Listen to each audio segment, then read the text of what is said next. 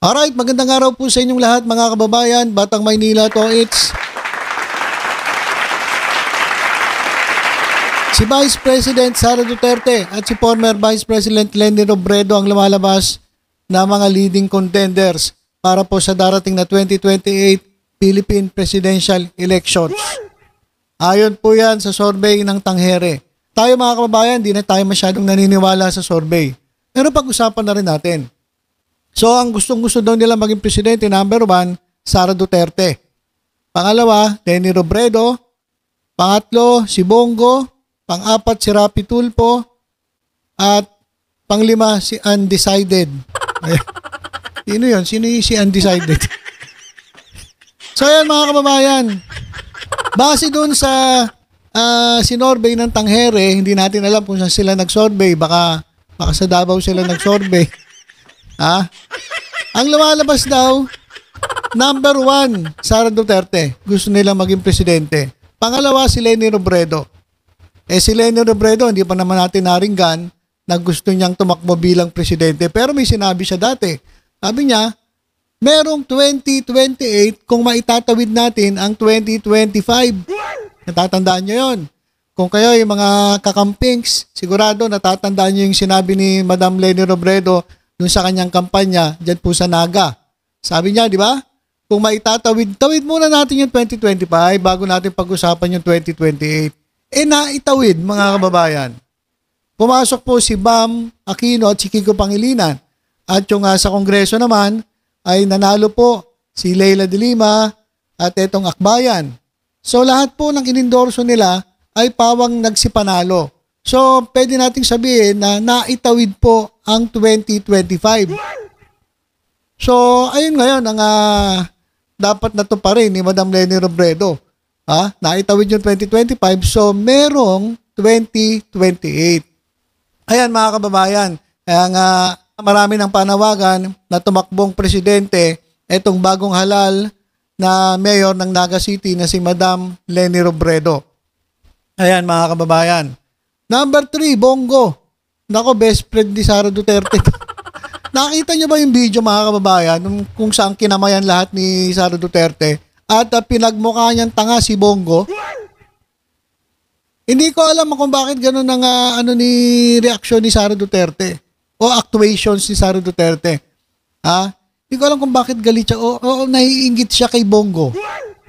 Hindi kaya parang mas malakas, parang baliktad nga mga kababayan. Sa tingin ko mas malakas pa ngayon si Bongo kaysa kay Sara Duterte. Ayun ang nakikita ko ngayon. Si Sara Duterte wala Sirang-sira na Mukhang si Bongo pa nga ang maging standard bearer nila Kasi, biruin mo number 1 sa senatorial race na itong nakarang eleksyon.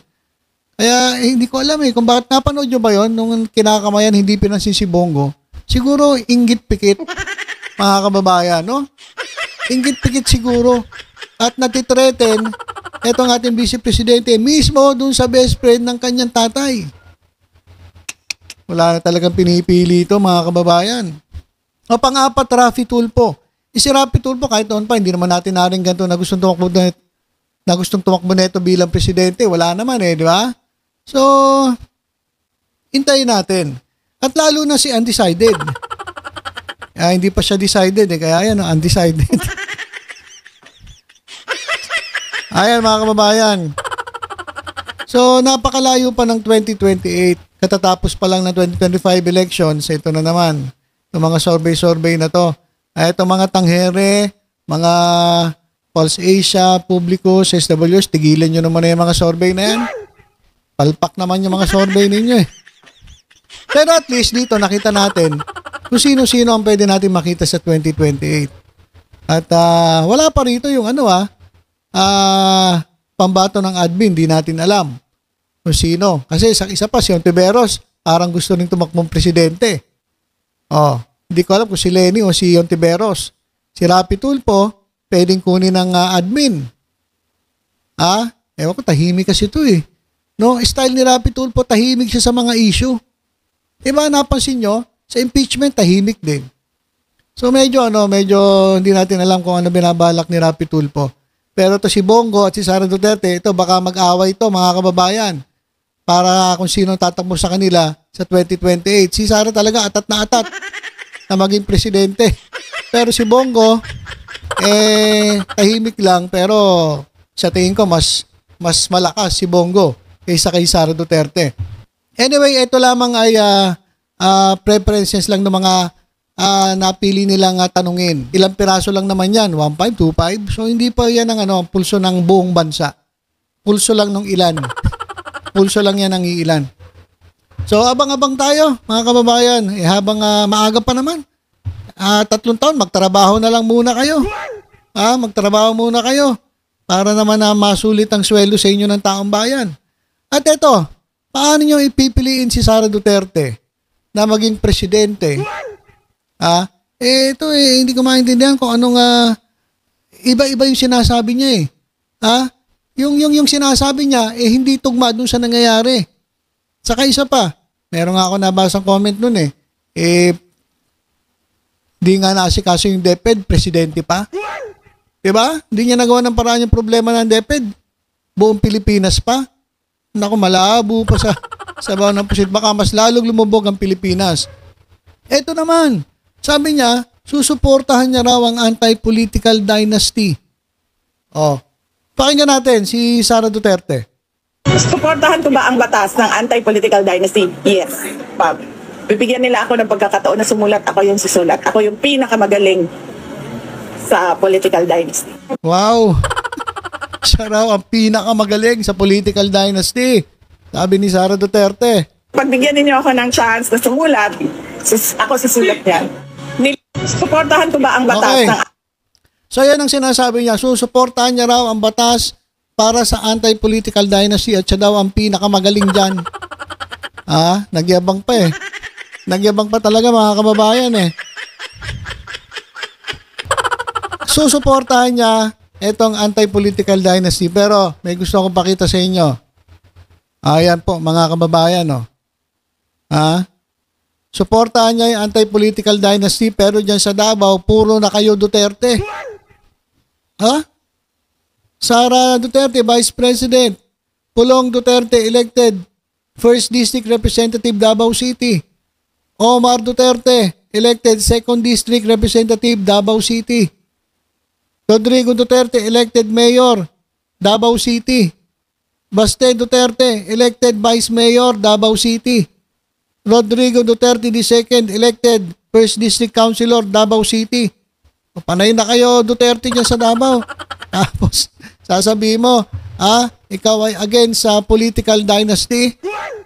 Ano ba naman yan, Sara Duterte? Ma'am, bago mo sabihin o bago mo salitain, dapat ginagawa ninyo. Hindi yung puro salita lang. Diba? Against kayo sa political dynasty pero dyan sa Davao, ano ba tawag dyan? Hindi ba political dynasty ang tawag dyan?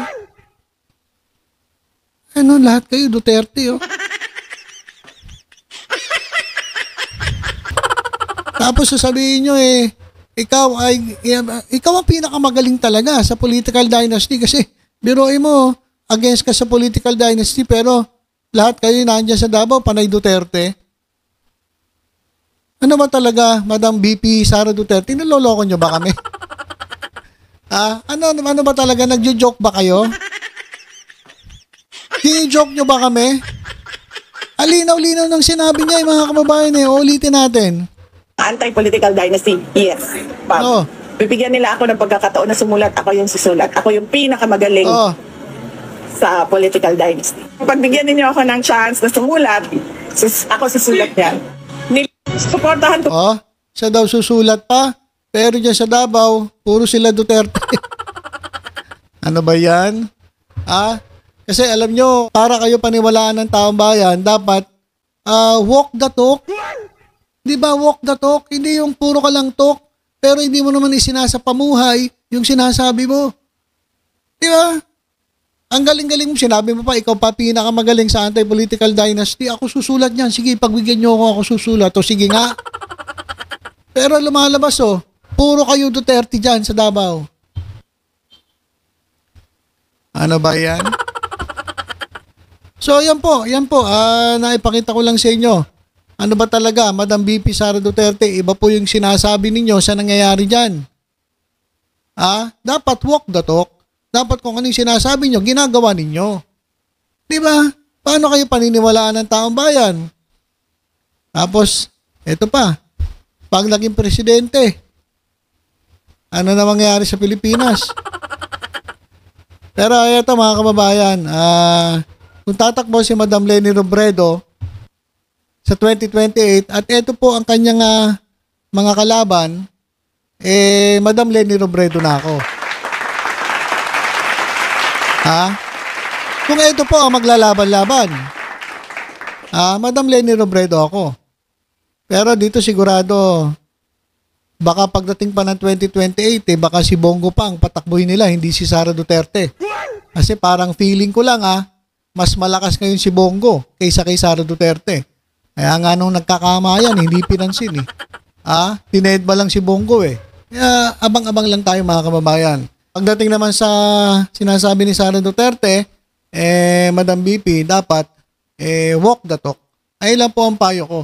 Huwag po kayong puro dakdak, pero hindi nyo naman po ginagawa kasi hindi kayo paniniwalaan ng taong bayan. Alright, so yun lang po. Tutok-tutok lang po dito sa Batang Maynila. Sa iba pang updates, ingat po tayong lahat. God bless po.